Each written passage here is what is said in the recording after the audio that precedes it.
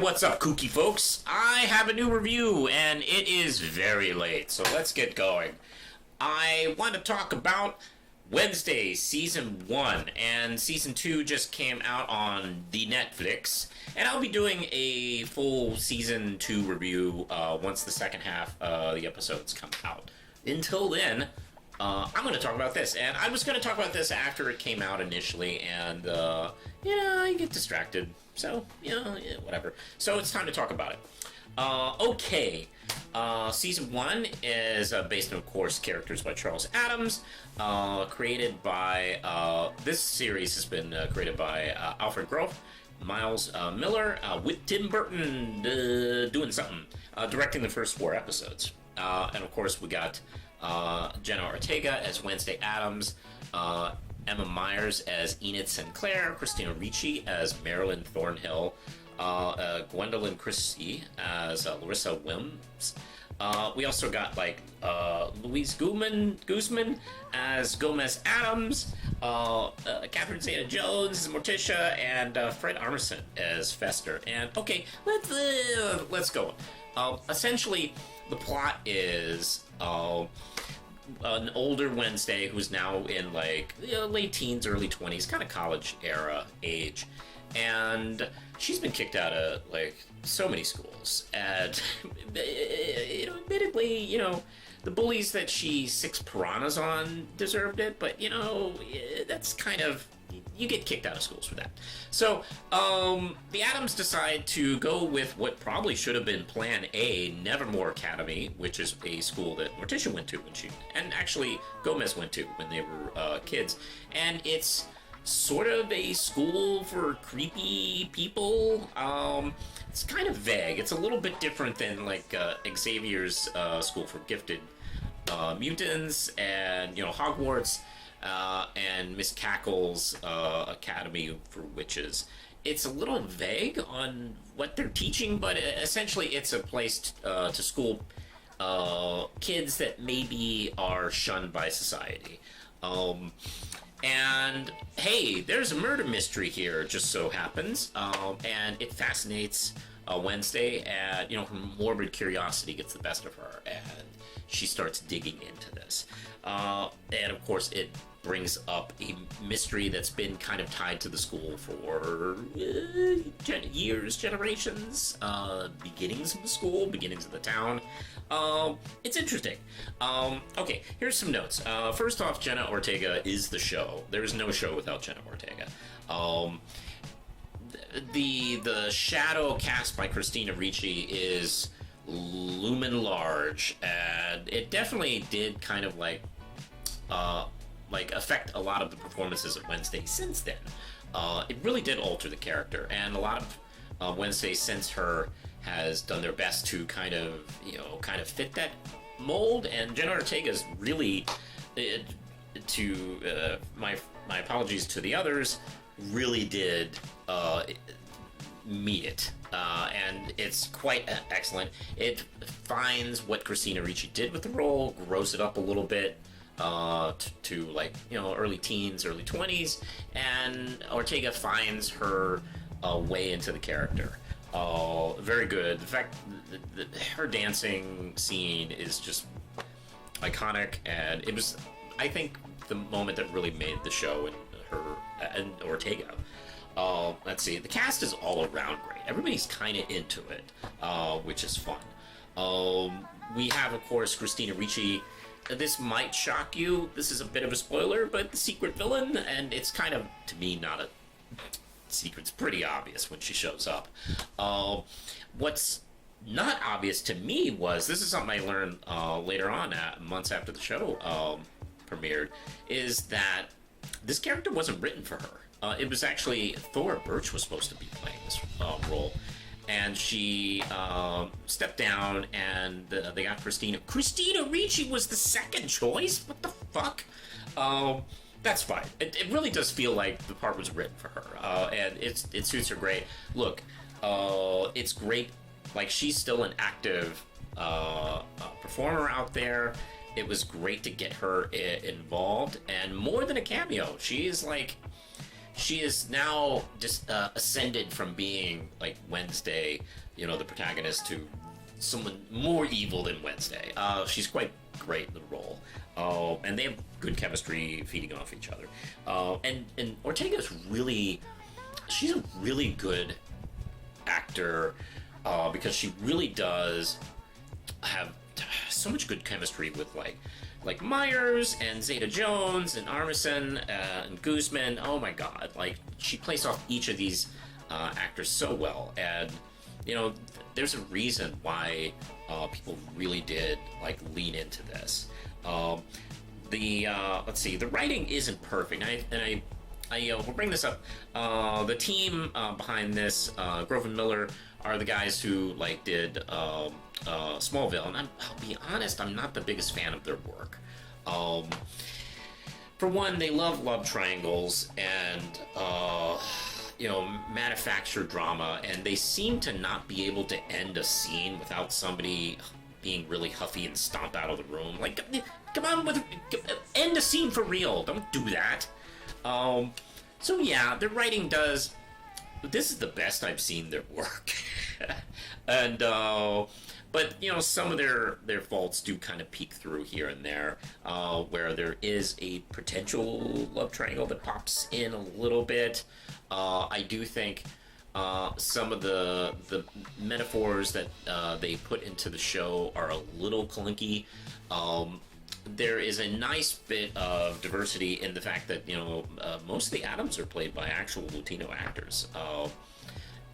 Luis Guzman is wonderful in this. He's been a character actor I've admired for years. It's great seeing him do this.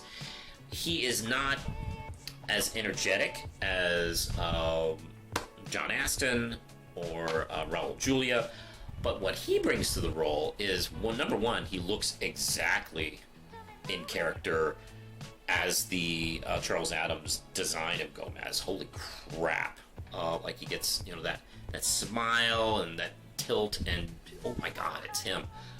He also brings the same level of creepiness and charm, and he's very loving to the people he cares about. That does come through, and it's really nice. It's a different performance.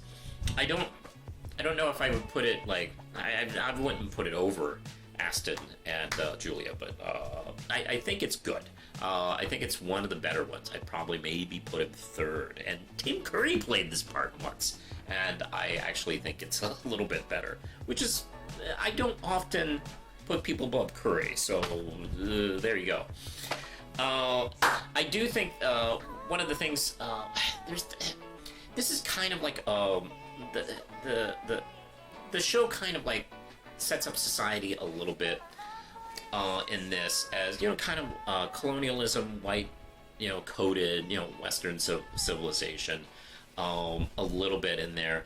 It's a little muddied here and there. I wish they would kind of in the writing kind of clarify that. There's a scene where Morticia has it out with the mayor, and she talks about how being a woman, people don't listen to them, and don't take them credit. And that would have been a stronger scene if the mayor wasn't played by a black actor, and one of the few black characters in this town. There's a small handful. It's a very kind of white town, and you would think, if that actor was played by a white actor, then that would hit harder. But when he's a black actor, you're thinking, well, he really would know. He would understand the situation you're talking about. Now, granted, he does, after that, start trying to do the right thing. And the implication is that those words did kind of hit him, but we're kind of left to our own headcanons on that. I'm left to speculate on that. So I don't know. I think a little bit more dialogue in a couple of scenes would have made that a little bit stronger, frankly. And that's one of the things I don't care for. The writing. Just those guys just seem to be, I don't know. They almost hit it. as far as what they're trying to say, and I don't know. They sometimes for me miss the mark, but they don't miss the mark for a lot of people. So that maybe that's just me. Okay, Tim Burton. I love Tim Burton. I'm a huge Tim Burton fan, particularly of his early work, obviously.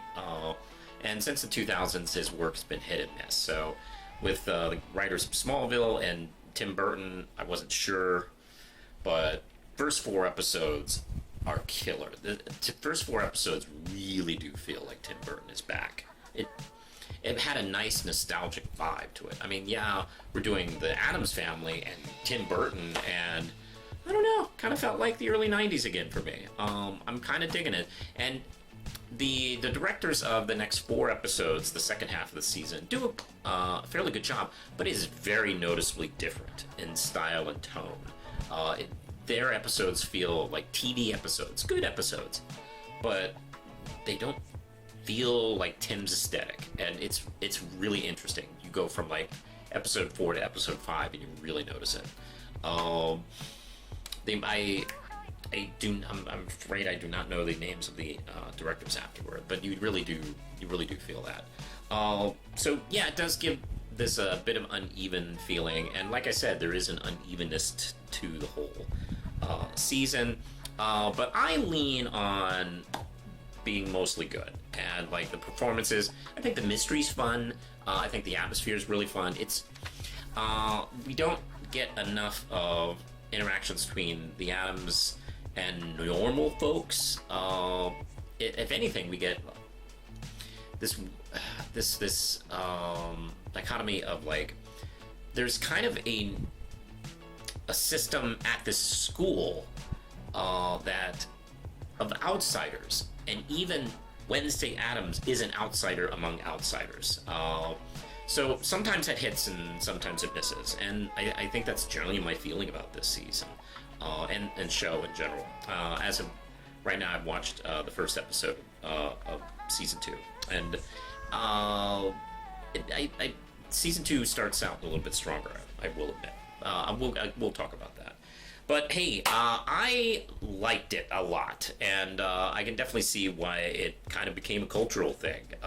So I like it a lot. If you are interested, I would probably recommend it with some asterisks here and there. It's mostly good. I'd give it 4 out of 5 Ram chips. And if you're a big Addams Family person, yeah, this is interesting. This is an interesting take. It is not the typical Addams Family setup, where it's more sitcom-y and focused on the whole family. It's focused on primarily Wednesday with a kind of Netflix murder mystery vibe to it. I think it mostly works. So, what did you, the viewers at home, think? Let me know in the comments below. You can check this channel out and support Manos Publishing and The Real Manos over on Patreon for just $1 a month. And you can find me on Facebook, Tumblr, Blue Sky, Instagram, the League of Comic Geeks, and many others. Follow the links below.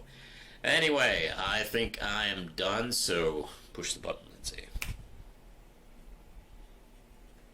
Oh, the lights were supposed to go out. Push the out. Ooh. I don't think that worked as well. Push the button, Lindsay.